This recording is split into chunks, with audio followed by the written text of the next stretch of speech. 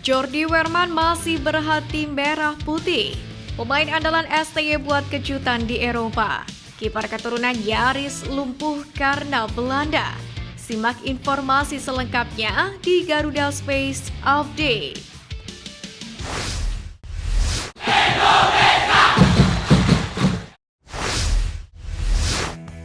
Sintayong dipastikan full senyum usai dua pemain timnas Indonesia berhasil membuat kejutan di Eropa. Pertama, ialah Nathan Juaon yang akhirnya mendapatkan kesempatan tampil bersama tim utama Swansea City. Bermain sebagai starter, Nathan tampil prima dan membantu The Swans menang 3-1 atas Gillingham FC, serta berhak lolos ke babak kedua Piala Liga Inggris 2024-2025. Harapannya kesempatan ini membuka jalan Nathan Juaon untuk mendapatkan menit tampil yang banyak bersama dengan Swansea City musim ini. Ujung-ujungnya timnas Indonesia lah yang akan diuntungkan jika skill dan pengalaman Nathan Juaon meningkat. Sementara itu nasib serupa dialami oleh Elkan Bagot setelah cuma duduk di bangku cadangan akhir pekan kemarin. Bek bertinggi 196 cm ini tampil sebagai starter saat Blackpool tandang ke markas Burton Albion. Bermain selama 64 menit, Elkan Bagot sukses mengawal pertahanan Blackpool hingga meraih kemenangan 4-0. Klub kasta teratas Liga Belgia FC Dender menyebut nama timnas Indonesia saat memperkenalkan Ragnar Oratmagun sebagai pemain anyar. Ragnar Oratmagun dikontrak FC Dender selama 2 musim hingga 2024. Striker andalan Sintayong itu didatangkan dari FC Groningen. Ragnar musim lalu tampil 27 kali bersama Fortuna Sittard di kasta teratas Liga Belanda atau Eredivisie dengan status pinjaman. Setelah kembali ke Groningen awal musim ini, pihak klub secara terang-terangan meminta pemain yang punya keluarga di Tanimbar, Maluku itu untuk angkat kaki. Setelah masa depannya terus dispekulasikan, bahkan disebut-sebut akan bergabung dengan Bali United, Ragnar Oratmagun akhirnya mendapatkan kepastian klub barunya. FC Dender merupakan tim yang baru saja promosi dari kasta kedua Liga Belgia ke Liga Pro Jupiler musim ini. Kehadiran Ragnar Oratmagun sendiri berhasil menyusul pemain keturunan lain seperti Sandy Walsh yang membela Kelvin Beekman dan Jairo Riedewald lebih dulu direkrut oleh klub Royal Antwerp. Timnas Cina optimis bisa menyingkirkan timnas Indonesia dan Bahrain untuk lolos ke babak keempat kualifikasi Piala Dunia 2026 zona Asia. Salah satu media Cina menegaskan bahwa negaranya paling mungkin untuk meraih kemenangan dari kedua negara tersebut di fase grup ini. Di sisi lain, timnas Indonesia juga menargetkan posisi keempat sebagai pencapaian paling realistis di babak ketiga kualifikasi Piala Dunia 2026 zona Asia. Pelatih Sintayong mengatakan timnya akan berusaha maksimal untuk mencapai target tersebut. Pernyataan Sintayong itu pun juga mendapatkan tanggapan dari media Cina. Mereka berpendapat bahwa timnas Indonesia akan sulit menggapai hal itu karena hanya menempati urutan 133 FIFA. Situs Timnas Indonesia kembali mengunggah informasi tentang penjualan laga Indonesia versus Australia pada putaran ketiga kualifikasi Piala Dunia 2026. Penjualan tiket akan dimulai pada 17 Agustus tepat dengan perayaan hari ulang tahun kemerdekaan Republik Indonesia.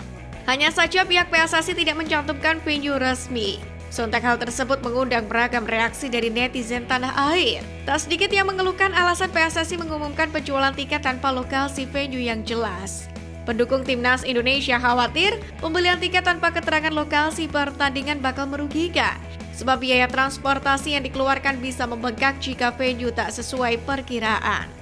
Sementara warganet lain mengkritik PSSI yang terlalu memaksakan timnas Indonesia tampil di SUGBK. Rencana ini dianggap cuma mementingkan keuntungan besar. Pasalnya Stadion GBT sudah pasti siap menggelar pertandingan internasional. Tak seperti GBK yang masih harus menunggu hasil perawatan rumput. Pelatih Timnas Indonesia U17 Novarianto telah memangkas pemain yang mengikuti pemusatan latihan jelang kualifikasi Piala Asia U17 2025. Pemain tersebut adalah Matthew Davies dan Miroslav Fernando Momor. Davies dianggap tidak sesuai dengan standar serta kebutuhan taktik yang diinginkan pelatih asal Jawa Tengah tersebut. Nova memang berkali-kali menekankan tidak pandang bulu dalam menyeleksi pemain. Jika sang pesepak bola dianggap tidak memenuhi standarnya, maka akan langsung dicoret. Sementara Miroslav gagal memperkuat timnas Indonesia U16 sejak Piala AFF 16 2024 beberapa waktu yang lalu karena sakit demam. Meski kembali menjalani seleksi, harapan Miroslav pupus kembali. Namanya dicoret oleh Nova Arianto jelang keberangkatan kembali kendati telah mengikuti TC di Jakarta pada pekan lalu. Hal tersebut membuktikan Nova tidak main-main dengan komitmennya.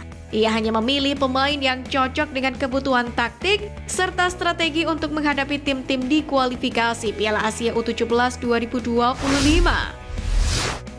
Kiper keturunan Indonesia Danny van de Heuvel resmi bergabung ke klub besar Belgia, yakni klub Brugge. Di balik peresmiannya, Van den Heuvel memiliki kisah menyedihkan di masa lalu ketika mendapatkan kesempatan berlatih bersama timnas Belanda U19.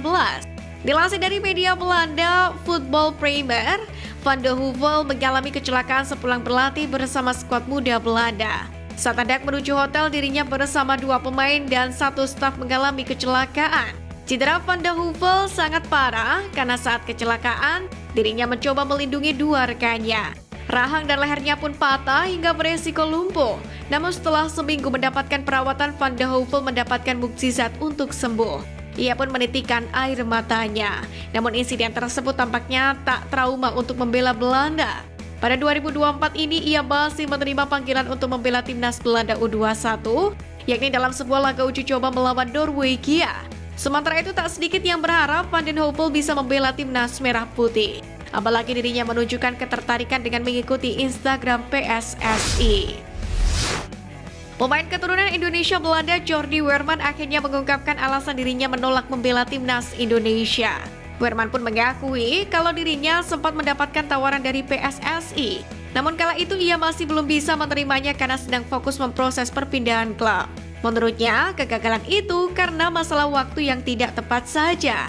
Kini, Jordi Weerman secara mengejutkan melanjutkan karirnya dengan membela klub Liga 1 Madura United. Untuk pertama kalinya dia merasakan atmosfer sepak bola Asia setelah sebelumnya kerap membela klub Eropa. Meski baru pertama kali bermain di Liga 1, namun Jordi Weerman mengungkapkan kalau Indonesia sudah sangat dikenalnya, mengingat dia memang memiliki darah keturunan Indonesia dari sang ibu. Jordi Weerman sendiri mengaku sudah sangat lama sebenarnya dia ingin merumput di tanah nenek moyangnya. Pemain yang berposisi sebagai gelandang itu pun sangat senang karena akhirnya bisa menggapai mimpi itu dengan membela Madura United. Jens Raven saat ini sudah kembali ke klubnya Dordrecht U21 dan juga Wilbert Jardim fokus bersama Sao Paulo Junior. Hal itulah yang membuat kedua pemain ini tidak ikut serta dalam pemusatan latihan atau TC lanjutan timnas Indonesia U20 di Jakarta serta Korea Selatan. Kendati demikian, Indra Syafri mengatakan tidak masalah dalam TC tidak ada kedua pemain itu. Pasalnya, dia yakin Jens Raven dan Wilbert Jardim kondisinya akan tetap menjaga dengan pola latihan di klub masing-masing. Pria yang juga menjabat sebagai direktur PSSI ini pun mengatakan, Jens Raven dan Wilbert Jardim akan diberikan tenggat waktu ideal untuk bergabung bersama timnas Indonesia U20. Hal itu agar kedua pemain tersebut benar-benar siap tempur seperti pemain lainnya yang melakukan TC. Kapten Timnas Indonesia Asnawi Mangkualam membuat heboh bench alias bangku pemain timnya Port FC saat mengukir laga pertamanya pada ajang Thai League One musim 2024-2025. Salah satu foto yang beredar luas di media sosial memperlihatkan Asnawi Mangkualam tengah mendapatkan apresiasi dari pelatihnya. Foto yang diunggah akun TikTok @daily_nawi itu tersebar dan menjadi perbincangan publik. Ada banyak netizen yang cukup takjub dengan kiprah Asnawi meski hanya bermain singkat. Sebab kapten timnas Indonesia itu ternyata mampu membawa Port FC meraih kemenangan meski baru diturunkan sang pelatih pada menit ke-80. Sekian News Flash kali ini Sobat Garuda, mari terus dukung perjuangan timnas Indonesia. Nantikan terus News Flash Edition dari Garuda Space selanjutnya. Terima kasih dan salam olahraga.